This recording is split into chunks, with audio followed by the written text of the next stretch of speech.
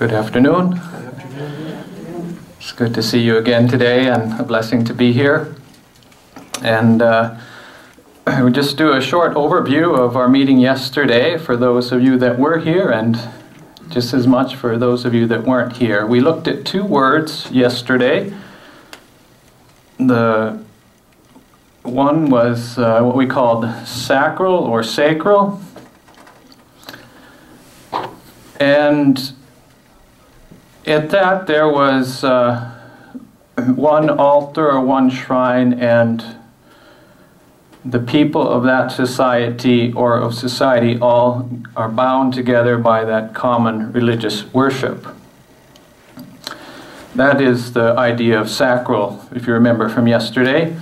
And then we had another thought, which is different, in a way the opposite, composite. And in composite, the society has different shrines or different altars, and different groups of people worship at those. And we looked briefly at the pre-Christian society or the Old Testament society, and in general, almost all of the society was what we found out to be sacral, not allowing for freedom of religious thought. And Jesus brought in the New Testament a new teaching that God was desiring certainly to bring to this world, this earth, and that was the composite thought, to render unto Caesar what was his, and at the same time to render to God, if man so chose to do that. So the society could still function, still exist, if there were different religious philosophies, religious ideas. People were free to worship as they chose, and the society still could survive. That was what Jesus wanted to bring to this world, among other things. And let's look at an example of that in the Gospel of Matthew. If you have your Bible there, you can turn with me to Matthew chapter 13. Jesus is telling a parable, and we often apply this parable to the church. I'm not saying that it does not apply to the church, but I believe there's also another aspect, another meaning in it. Matthew chapter 13, verse 24. The kingdom of heaven is likened unto a man which sowed good seed in his field. This is the parable of the wheat and the tares. Continuing in verse 25, but while men slept, his enemy came and sowed tares among the wheat and went his way. But when the blade was sprung up and brought forth fruit, then appeared the tares also. And we jump down, or go down to verse 29. But he said, nay, lest while ye gather up the tares, ye root up also the wheat with them. Verse 30, let both grow together until the harvest, and in the time of the harvest I will say to the reapers, gather ye together first the tares, and bind them in bundles to burn them, but gather the wheat into my barn. So Jesus was presenting a society that contained not only wheat, but it also permitted the tares to exist there. And we would say the wheat would be good people or Christians, the tares would be non-Christians or heathen, right? And if we look, the disciples asked Jesus, they said in verse 36, declare unto us the parable of the tares of the field. And here Jesus explains further what he was saying. And he answered and said to them, he that soweth the good seed is the Son of Man. The field is the world. So it doesn't say the field is the church, though we often apply it that way, and I'm not saying it's wrong, but here it says the field is the church. The good seed are the children of the kingdom, but the tares are the children of the wicked one. And so Jesus was presenting a society that had both believers in him and those that chose not to believe him, and they were to dwell together until that he would come again. We want to go further into the history of the Christian church, leaving the Old Testament and going into the New Testament, Paul told the Christians that there would come wolves dressed as sheep, which means they would come through the channels of the church. And they would bring false teachings after filthy lucre, gaining praise from men, gaining money. And it didn't take long after the apostles died for that to happen. John said already in his day the spirit of Antichrist was alive and well. And that spirit was pride, fighting for the highest position. And that continued to happen in the church. Or it happened more and more in the church. There was a blessing that the early church had that helped to dampen that down, and that was persecution. That helped to keep the church quite pure in the 1st and 2nd centuries. But unfortunately, in a way, the persecution started to decrease, and the world started to gain a foothold in the church. But there was still a lot of persecution. And there came a ruler of the Roman Empire around 300 after Christ's birth. Constantine. Have you ever heard of him before? And what was the greatest legacy that he brought to the world? We're going to look at that now. Changing Sabbath to Sunday. All right, yeah, I knew you would say that. Combining the heathen and the Christian. Yeah. Well, Constantine was, I believe that he started ruling in AD 306 and ruled to 337, so about 30 years. And when he came into the Roman Empire, the empire was divided. And he was credited with uniting once again the Roman Empire. And I believe it was around the year 312 he had a vision. Now, do you think this vision was from God? There are people that have dreams and visions, and, well, some say they are from God and inspired. But not all our dreams, not all our visions are from God, are they? We have to test them with the Word of God and the Spirit of prophecy to make sure they're right. Anyway, this man had a dream or a vision, and he saw a cross in the sky. And the word was in hoc signo vinces. In this sign you will conquer.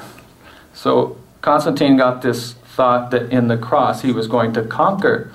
And he actually became the first Christian Roman emperor, Roman Caesar, a Roman emperor. He was the first one that was a Christian in the history of the Roman Empire, being the Caesar, or the king, the president, if you will. And he had this idea that the cross would help him to conquer. That was in his vision, and he firmly believed that. And now he was going to use Christianity to bind together the Roman Empire. And actually, Constantine was quite kind to the Christians. He tried to give them back their lands that had been stolen or taken from them, and he was doing good things in some ways for the Christians that had been persecuted so long. And by now the church was so weary of being persecuted, they were very glad that an emperor now was a Christian. And one of the verses that began to be corrupted was this one in Luke chapter 22, the real meaning of what Jesus meant. Luke chapter 22, you can look there with me if you will, verse 36. Then he said unto them, But now he that hath a purse, let him take it, and likewise his scrip. And he that hath no sword, let him sell his garment, and buy one. For I say unto you that this that is written must yet be accomplished in me. And he was reckoned among the transgressors, for the things concerning me have an end. And verse 38. And they said, Lord, behold, here are 2 swords. And he said unto them, it is enough. So there were to be 2 swords.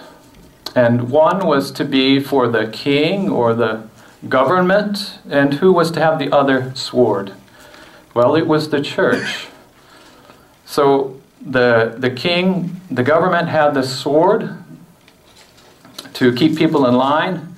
And the church now was going to have a sword, and it could also be used to keep people in line. And it was interpreted as that it could be used as a coercion or force or discipline. And so now the Roman Empire with a Christian emperor was going to unite the political and the religious together with 2 swords, one for the church and one for the government. And many changes began to take place, or the changes in the church escalated at this time. You know, if we think of history, the Millerite movement, the Adventist, and then later the Seventh-day Adventist, and the truth that was brought back through these messengers or through these students, through the pioneers, that was the truth that the apostles had received from Jesus and that they had spread to the world. So they had a lot of truth 2,000 years ago. But now the truth is going to be lost, and changes are taking place in the church. The truth that was once with the apostles and disciples and their children.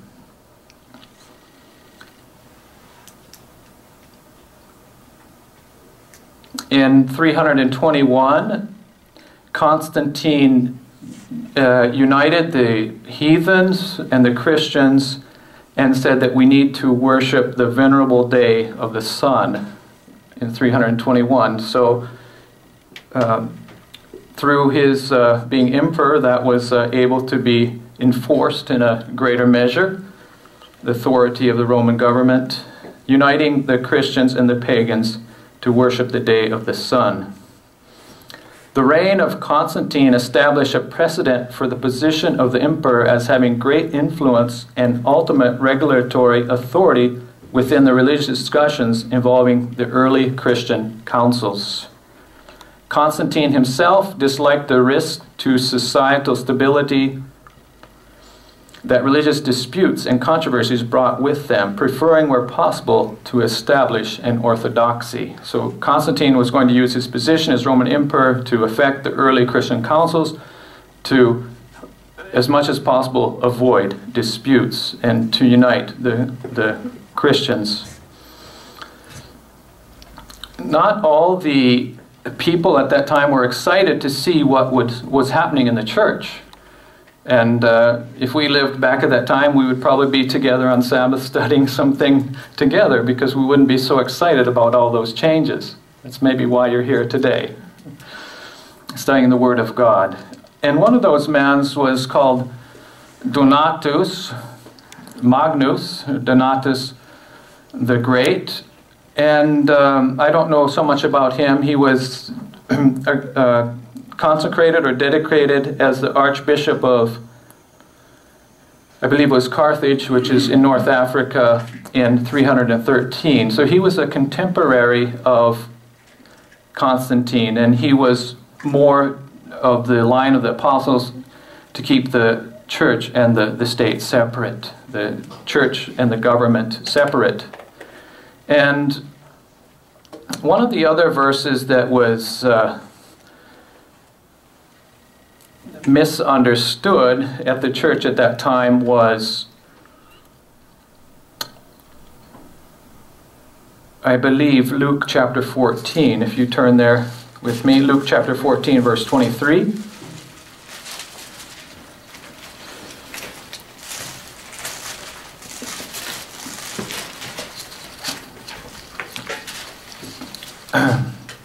Luke chapter 14, verse 23, the parable of the supper. And the Lord said unto the servant, Go out into the highways and hedges, and compel them to come in, that my house may be filled. All right, and this verse was misused by the Christians at that time, and throughout the ages it's been misused by many. And if the church has a sword, it would fit well together with this verse here. So coercion became a part of the Christian philosophy, the Christian teaching, where it was not necessary to have a free will or to have a choice in the matter. You could be forced to do something or not to do something, because the Lord himself said to compel them to come in. Well, we won't look exactly right now at what this meaning is, but it was misused. And the Donatus and his friends, they were saying a true church cannot exist where the secular and religious powers are one. And so they fought against these changes. Let's look at Acts chapter 4.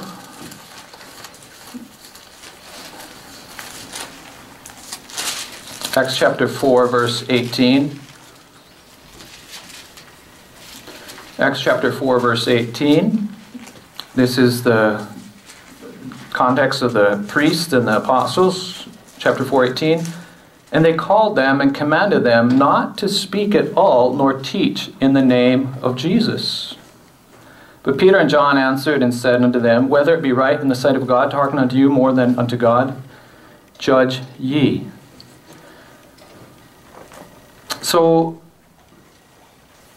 with the assumption of the emperor being a Christian and starting to work together with the church, it was different people started to decide who was going to be a priest and what that priest would be saying. So there was more control in the government in this in the church. Now, I want to go forward a few hundred years, to fast forward, and we want to go to the time of the Reformation. Have you heard of Martin Luther? Yes, I think we all have. In Scandinavia, the church is basically a Lutheran church. And maybe I explain that a little bit more later. And in 1517, Martin Luther nailed on the church in Wittenberg the 95 or 99 Theses against, or in protest against, the Catholic Church. And in 2 years or 2.5 years, in Wittenberg there will be a celebration, and unfortunately it will be led by the Catholic Church. And basically say the Reformation's over and the Lutherans and Catholics now are friends. But anyway, Martin Luther was a great tool in the hands of the Lord to bring Reformation to Germany and to the rest of Europe, to Scandinavia and Northern Europe. And remember, the truth was lost gradually from the apostolic church. It didn't happen overnight. It was a process of many years. And it was also that the truth was gained back to the church over many years. Of course, there were people that followed Donatus, and in North Africa and in Italy, the Waldenses and Huguenots in France, and other people that really always kept the apostolic faith. Maybe they lost parts of it, but they were faithful throughout history. But in general, the church lost the truth, the big church. And God was going to bring that truth back, and he used Martin Luther, Wycliffe, and others, Huss, and you know that. And the truth was coming back gradually, and Luther was coming into a society that was very, very sacral. It was a medieval Europe, the late medieval period of Europe, and the society was very sacral thinking, where if you were a Christian, you were a Catholic, or you were basically killed or driven out to live in the mountains or the forest. And that's where Luther began his work. And he was so influenced by his history that he never really got away from the sacral idea of thinking.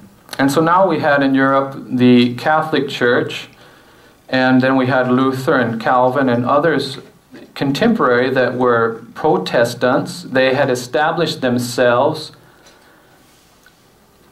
And so we had, in a way, two sacral thought patterns living at the same time or dwelling together. Because Martin Luther and some of his contemporaries, as great as reformers as they were, they never openly accepted the Sabbath or taught the Sabbath. So there was truth that still needed to be learned. And I have a book that what I'm presenting comes partly from this. It's called The Reformers and Their Stepchildren. And the work was never really completed by Martin Luther, and his stepchildren, or the next generation, continued that work. That was to get away from this sacral idea of thought where you had to belong to that club or that group or that church, and you couldn't have your own religious freedom or freedom to think as the Lord convicted you. So if you were not a Catholic, you would be persecuted. And now there was a Protestant religion that was somewhat better, that Martin Luther and his cohorts brought to the world. But if you did not choose to be part of that, then you were also persecuted. See, not even Martin Luther could comprehend how a society could dwell together in harmony and peace without being bound together by a common religious loyalty. So if you wanted to be, then around that time you had those two choices, but to have a third, a fourth, a fifth choice, it was still almost impossible. And those that wanted to continue further with the Reformation were very much persecuted. And there were different names that they were accused of being. We looked at some names last night, if you remember that. Well, the Christians that differed in their thought and their ideas, they were also persecuted. And by the way, this is why eventually the Amish left Europe, why the Pilgrims or the Puritans left England to come to the U.S. And this is part of the reason why, because they could not get this religious freedom, because the society was so bound up in this sacral way of thinking that everyone that lived in that place had to have the same religious loyalty. Otherwise, the society could not function properly. And we owe a lot to these reformers and these men, because many of them gave their blood or their lives for us that we could have the truth, the Bible. And one of the names that they gave to, the reformers gave to these other reformers that wanted to go further in the reform was Donatisten. And you see that Donatisten, it comes from the word Donatus. A Donatist was a follower of Donatus. And these followers were given this name. And I want us to look at another Bible verse in John chapter 11. John chapter 11, verse 47.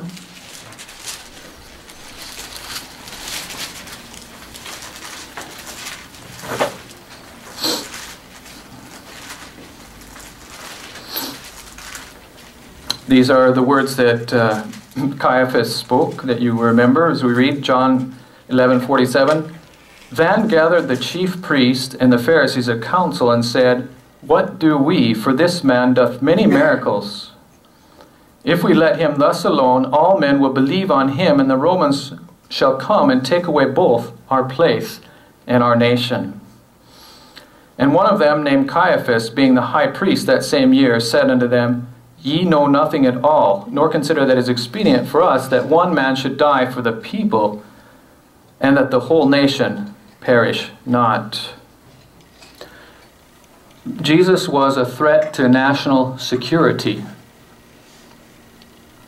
And it was better to save the Jewish nation than it was to have Jesus around. So Jesus needed to be eliminated.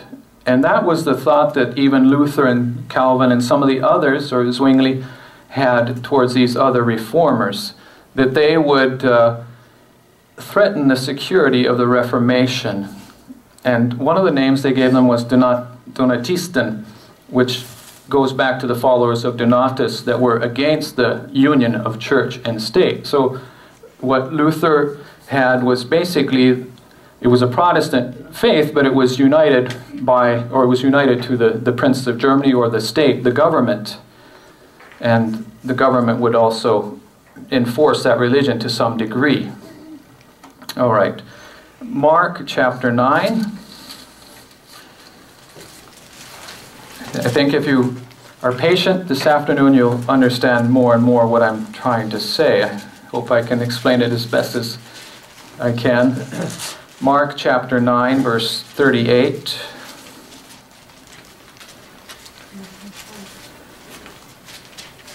And John answered him, saying, Master, we saw one casting out devils in thy name, and he followeth not us. And we forbade him, because he followeth not us. So here was someone that wasn't sent out from the GC.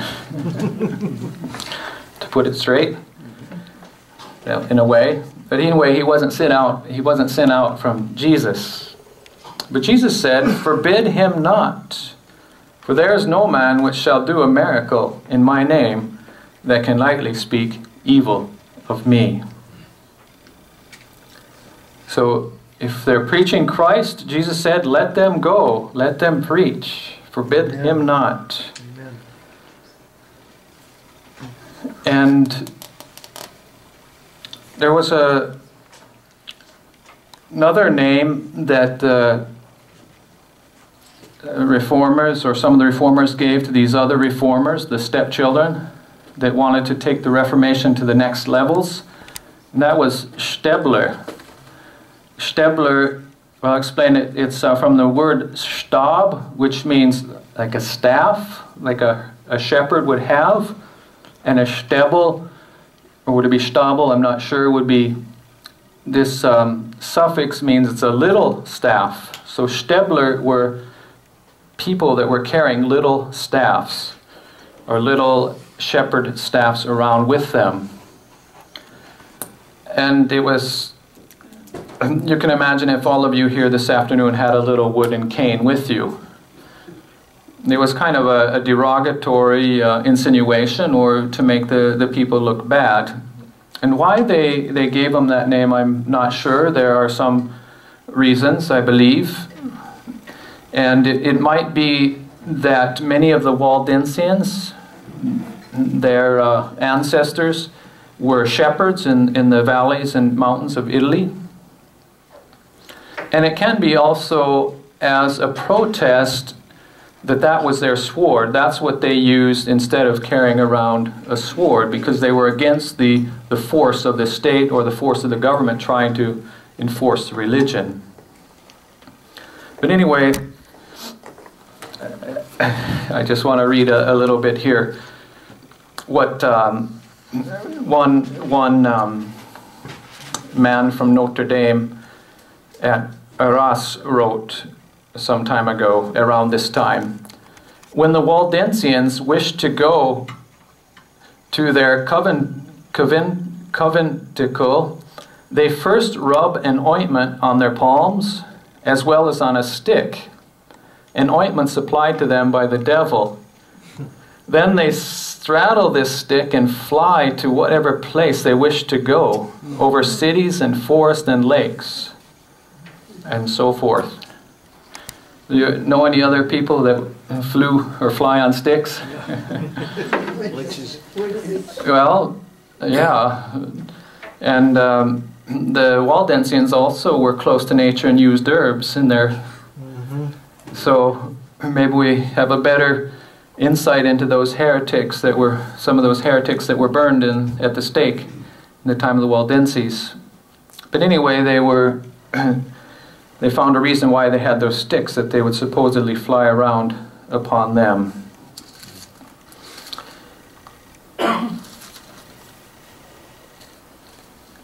Revelation chapter 13, verse 10.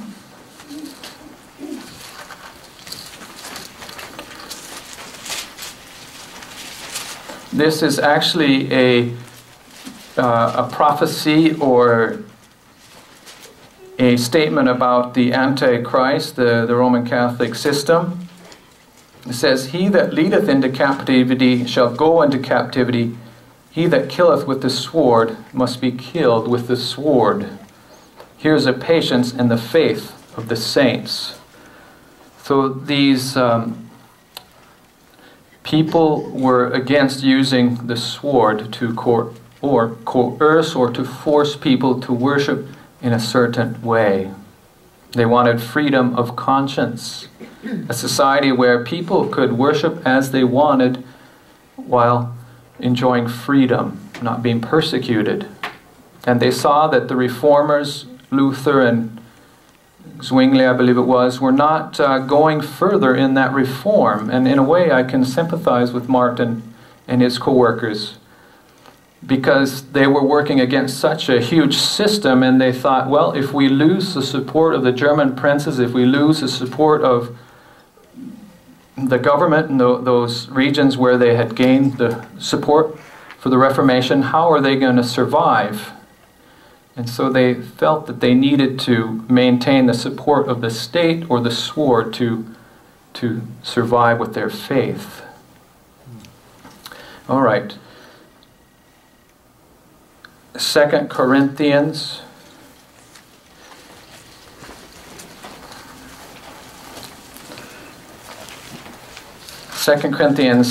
Chapter 10, verse 3.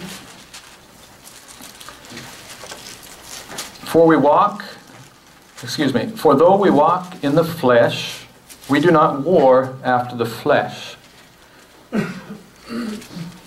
For the weapons of our warfare are not carnal, but mighty through God to the pulling down of strongholds. All right, so they realize the weaponry that we have as Christians is not fleshly weaponry. Physical weapons as a gun or a sword. Of course, we're warring after the carnal flesh. We're warring after or against our sinful flesh. But we do not use physical weapons to promote the faith that God has given to us. And verse 5 is so beautiful, let's read it also. "Casting down imaginations and every high thing that exalteth itself against the knowledge of God, and bringing into captivity every thought to the obedience of Christ." We talked about the mind of Christ yesterday. Amen. And this is our goal, to have every thought subjected to the obedience of Christ. Amen. Isn't that a beautiful goal? Amen. It's not just a New Year's resolution, it's a new day resolution at the beginning of every day, that we can have every thought brought into the captivity of our dear Savior. Amen. All right. Another name that was given to the reformers, or some of them that wanted to go further in the reform, was Cathar. And we'll break this word down also, that we can understand what it means. Basically, this word comes from, maybe it's the Greek, I think, perhaps. It means cleansed. The word kath, or I think there are some English words we also use with this root here. Kathar, the root from this word, it means cleansed or purified, made clean. That's something good, isn't it? Amen. Have you heard recently about water that is good for cleansing?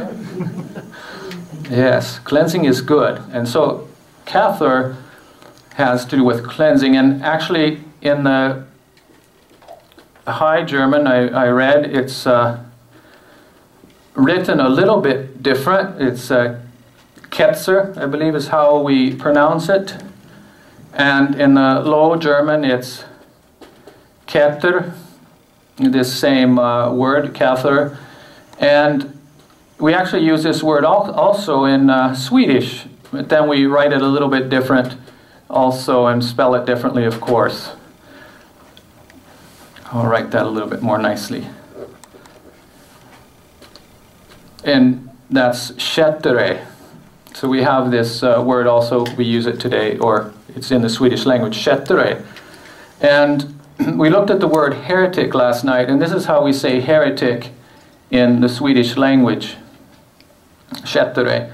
And this would be how you would say the word heretic in German, I believe, today, if I'm not mistaken. Yeah, Ketzer. And actually, we looked last night, heretic is a good word because it means to choose, right? And that's what they were fighting for, the freedom to choose. In the sacral society there is no need to choose because there's just one choice. It's already decided for you. You don't need to choose, and you can't really choose. So the heretic means to choose from the Greek word, and here in the Swedish or the German, it's actually a good word also because it means to be clean. And with the taking over of the church with the government, or the uniting of the Roman Empire with the church, it became an impure church. Well, why is that? Well, it's now not your choice to be a Christian because you're born in a certain area, a certain country. You're automatically part of the church. So it's no longer a choice. You are just part of the church because you're born there. Grandfathered in. And you can imagine that would lead to a church that's not really going to be a pure church. And there's no persecution, and really there's no choice. And maybe you actually didn't want to be there. Maybe you are addicted to pornography. Maybe you like to drink alcohol. Well, it's all right. You're part of the church. You were born there. Well, these later reformers didn't see that in harmony with the scriptures. And one of the verses they would have thought about was 1 Peter 2:9. 1 Peter 2:9, but ye are a chosen generation, a royal priesthood, a holy nation, a peculiar people, that ye should show forth the praises of him who hath called you out of darkness into his marvelous light. So the church are those that are called out of the darkness. They have been cleansed by the blood of Christ. Have you been cleansed not only by water but also by blood? So these another verse, we're on the same page probably, or a page previous, chapter 1 verse 22. 1 Peter 1:22. Seeing ye have purified your souls in obeying the truth through the Spirit unto unfeigned love of the brethren, see that ye love one another with a pure heart fervently. So it talks about a pure heart, a new heart, being born again. It also talks about purifying our souls through obedience to the truth. That was what these men had in mind when they were thinking of the church. So in Luther's church, it developed that there was conduct that was average. You could be part of the church and still live in sin. Imagine that. Wouldn't that be wonderful? Oh, no. Well, I had that experience for about 25 years. Well, of course, as a child, maybe I didn't think of it, but when I became a teenager and up until I was 25, so about 10 years, I had that experience being part of the church and living in sin. And when I found out that it did not need to be that way, Amen. I felt free Amen. in Jesus Christ. So these men were appalled by what they saw happening in the church. And they fought against it. And many of them ended up giving their lives for that. Even the reformers like Luther and some of the others, they persecuted those that were trying to break away from this sacral mindset where everyone needed to be part of that group. There was no room for freedom of thought. And so they were talking about a church that would be pure, that would be cleansed. Of course, they realized that we are sinful and perhaps we fall.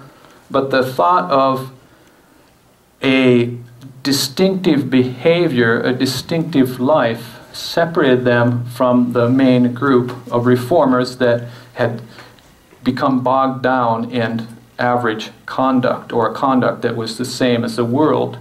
And of course it was not just the members, it was also the priesthood. If the members were living like this, well, you can expect also the priests were living like this. And in many cases in the Roman Empire, it was the government or the state that had their hand in appointing the priest. So it wasn't the priest's purity of heart that gave him the authority to be a minister of God. It was if the government or the church said he was a priest. Right?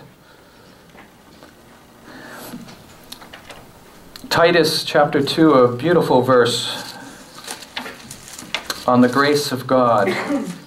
We were talking about with Troy last night about the grace of God.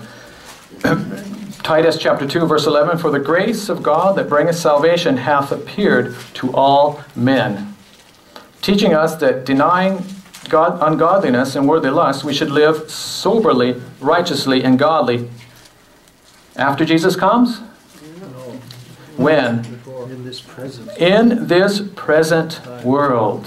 And I don't know about you, but where I live, the world is getting more and more ungodly. And I would suspect it's happening here also.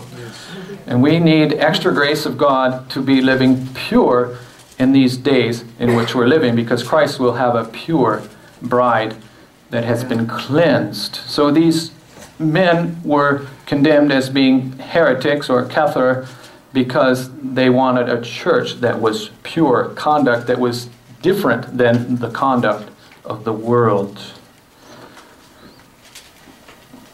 This is also another name that they were given. Winkler. What is a Winkler? Or what are Winklers? German.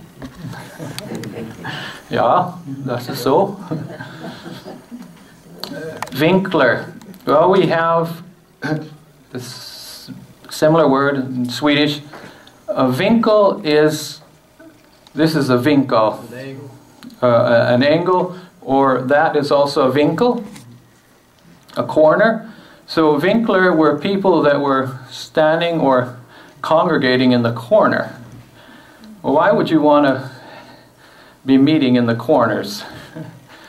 Well, the word also can apply to being off in a distant place. Remember we talked about being an offshoot last night, a dissident.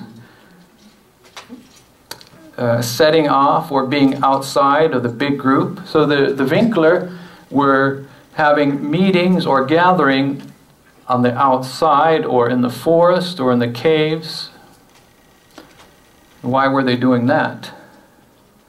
Well, they wanted to worship, and they also wanted to prolong their earthly lives if that was possible. So it was not their first choice, but they realized that they couldn't always rent a building or live in peace or worship in peace in the city square, and so they resorted to the corners, so to speak, and they were given this derogatory name. And remember, the Sacral society, one of the conditions, even if it's polytheistic with many gods, one of the restrictions is that you do not participate in non-public worship. And this kind of gave to the mysticism. They're meeting out in the forest in the middle of the night. They're carrying sticks, so maybe they do use those sticks for magic things. Why, by the way, are they out meeting in the middle of the forest at night? Shouldn't they be at home sleeping? And so you can see how the accusations would come to these Christians that wanted to worship God in spirit and in truth. And they couldn't always do that, or they could do it seldom in the churches. And so they realized that they would need to have their own spiritual communion together. And it was actually, if we look at this verse in Mark chapter 6, we'll also have a better understanding of what was happening. Mark chapter 6.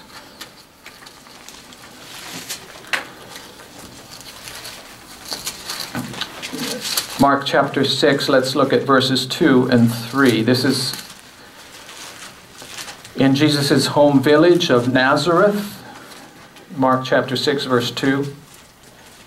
And when the Sabbath day was come, he began to teach in the synagogue. And many hearing him were astonished, saying, From whence hath this man these things? And what wisdom is this which is given unto him, that even such mighty works are wrought by his hands? Is not this the carpenter, the son of Mary, the brother of James and Joseph, and of Judah and Simon? And are not his sisters here with us? And they were offended at him. See, it doesn't seem like Jesus always had the favor of the people at that time. He had to resort sometimes outside the synagogue to teach his lessons. Why were the people offended by Jesus? In my margin it says they were repelled. Jesus stepped on their toes, yes. There was also another reason, a deeper reason. Let's look at John chapter 7.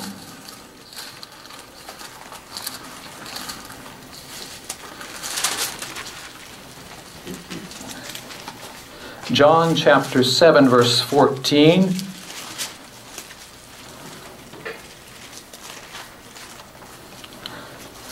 Now about the midst of the feast, Jesus went up into the temple and taught. And the Jews marveled, saying, How knoweth this man letters, having never learned? What does that mean? Jesus never learned anything?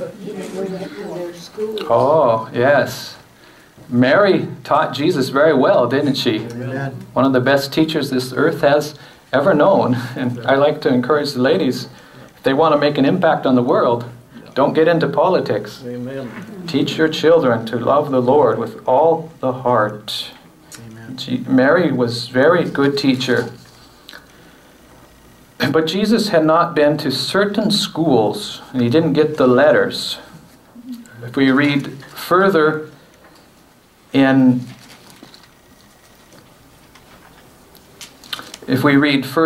the chapter 7 of John, verse 43, so there was a division among the people because of him. Imagine Jesus causing a division.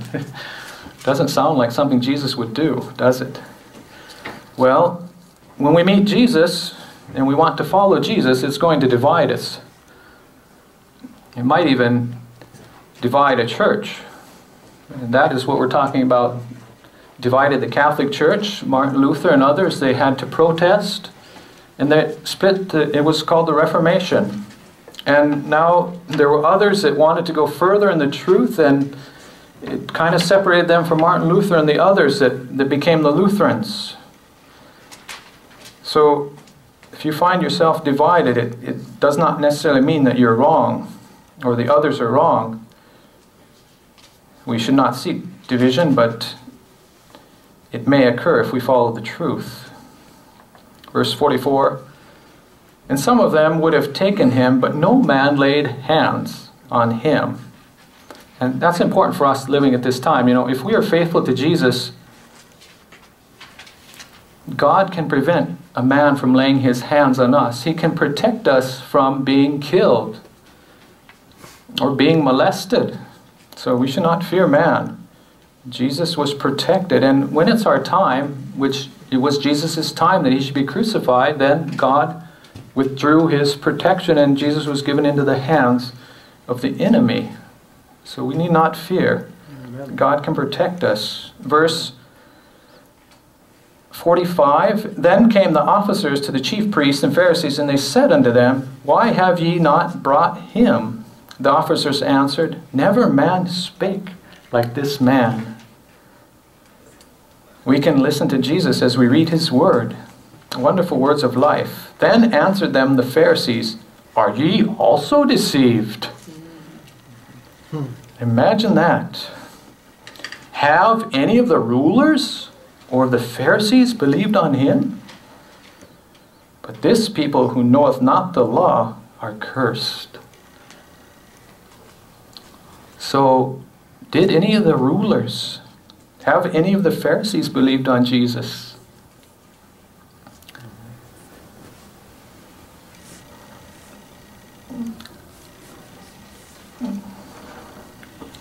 So we have this story of Jesus being rejected because the religious leaders didn't want to accept him, or the Pharisees supporting his work, coming from a different education. But he was presenting the truth. Jesus, the question is authority. Jesus was not under the authority of the Pharisees or of the temple. He was sent of God. He had the highest authority that anyone on this earth could have. So that is the authority we want to submit unto. Amen. To be under the authority of God. Amen. That doesn't mean we have to not be under the authority of man, but the highest authority that we need to submit unto is the authority of God. And that was part of the problem with the Winkler, was because they were not under the authority of the church. They were having these unauthorized meetings out in the forest, or maybe they had them in a building somewhere. But they were having these meetings unauthorized. And the preachers that would preach at these meetings, they were anathema. They were not authorized by the church to hold these meetings. And in some cases, if you were found at these meetings or you knew someone that was there, you could be punished. Sometimes the punishment was very, very severe. And so it cost somewhat to follow the truth at this time. So the question is authority. But we have our authority, God. All right, another name that was given to these that wanted to go further in the Reformation was Wiedertäufer. Does anyone know what that means? Wiedertäufer. It means again. This is means baptized.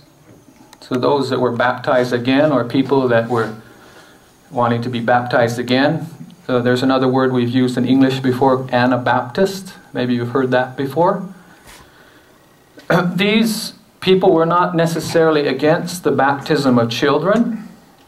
The Lutheran Church, for example, still practices child baptism, and some other congregations still do child baptism. So it wasn't, some of them were against child baptism, but the thought was that the society was a Christian society, so if you were born into that society, that area, you were, as a child, baptized. Well, how much does a child know? He knows a lot, right?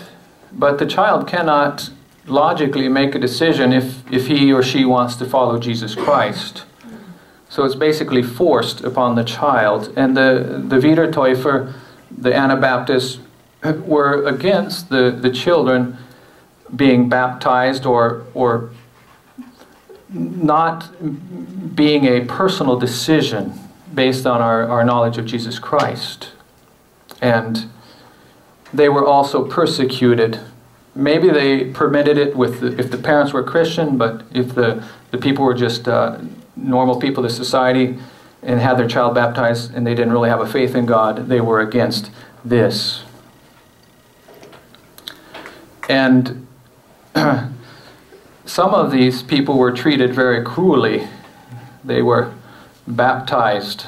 Sometimes they got the stone put around their neck and cast into the river. And so they were baptized. That's the pun of the name. Not all had that, but they were fighting for a beautiful cause, and that is a church, a society where we are free to worship as the conscience dictates. And probably the first country in the world, and that's what made the country so great, to go the full way in understanding the relationship of church and state was the United States, where there was republicanism and Protestantism. Now it's socialism and Catholicism almost that has taken over the country. The Bible prophecy said that the country, or the U.S., would start speaking as a dragon. So blessed was the world when this thought of separation of church and state came into it. That is a Christian concept, and cursed is a world in a post-Christian society.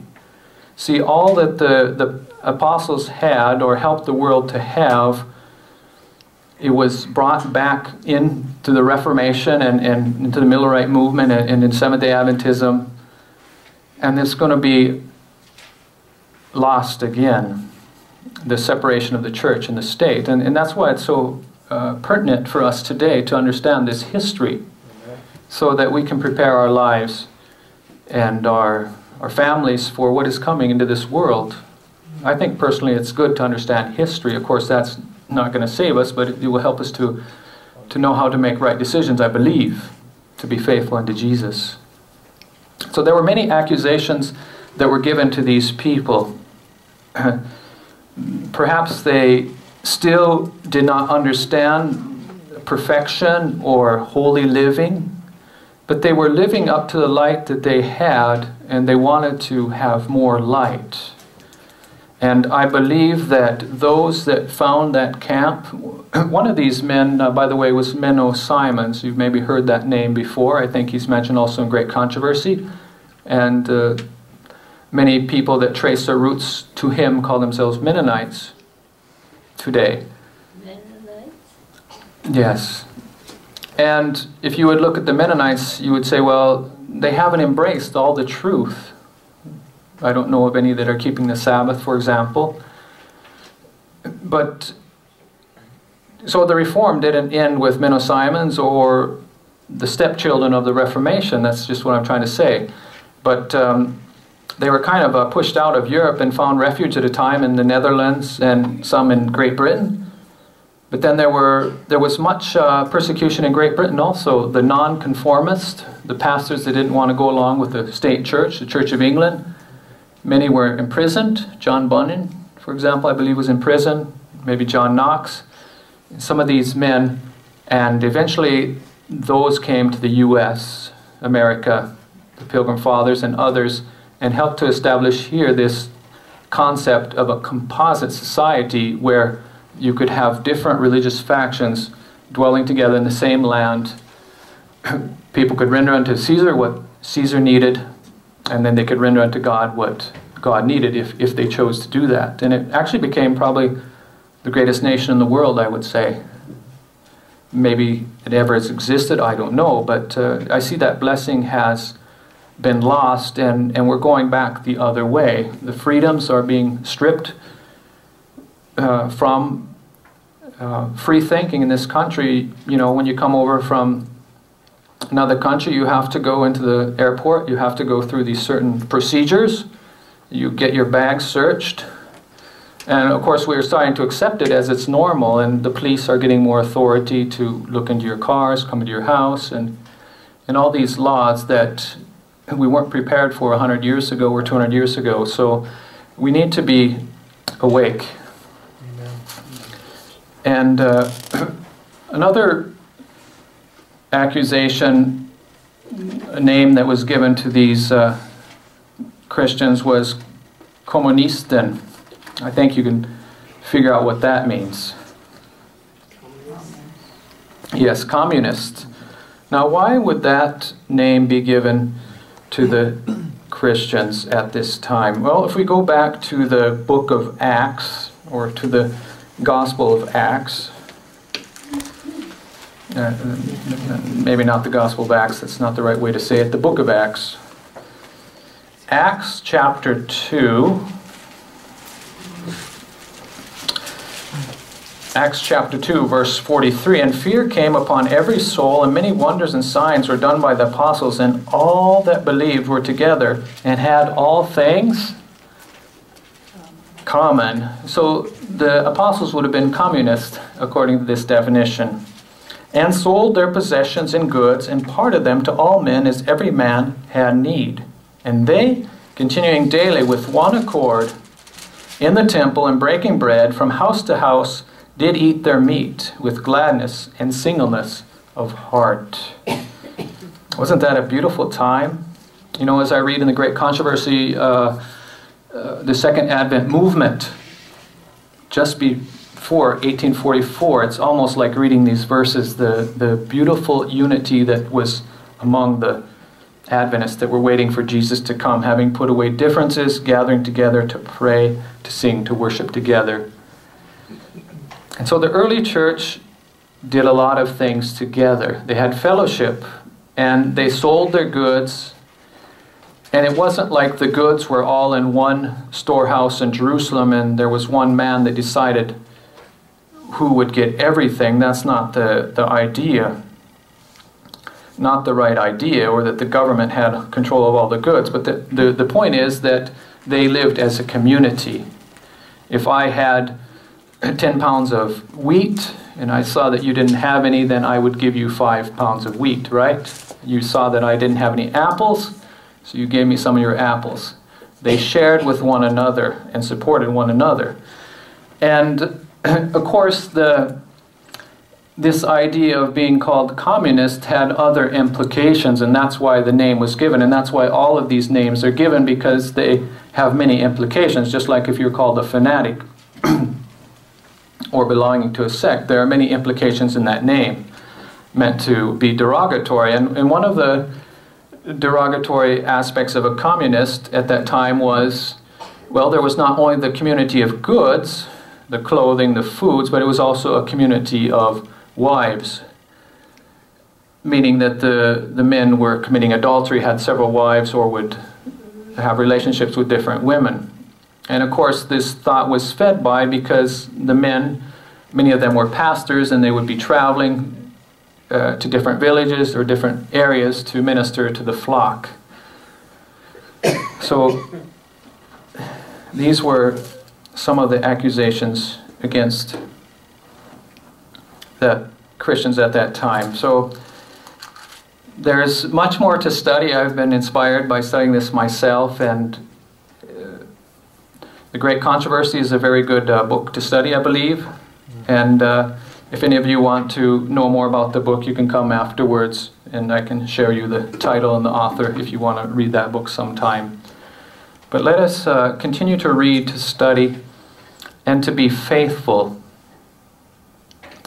because Jesus is coming for a faithful people. Amen.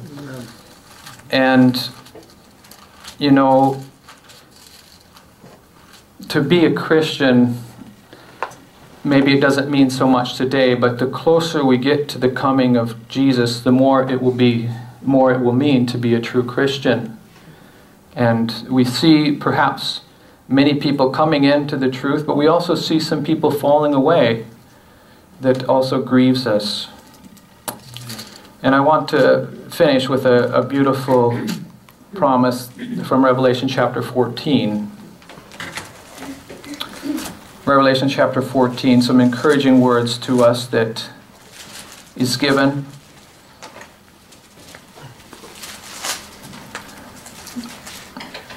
And I looked, and lo, this is verse 1, a lamb stood on the Mount Zion, and with him 144,000, having his Father's name written in their foreheads. These are those that did not get the mark of the beast.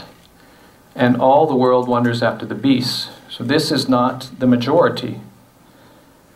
But these have the character of God in the forehead. They are like Jesus.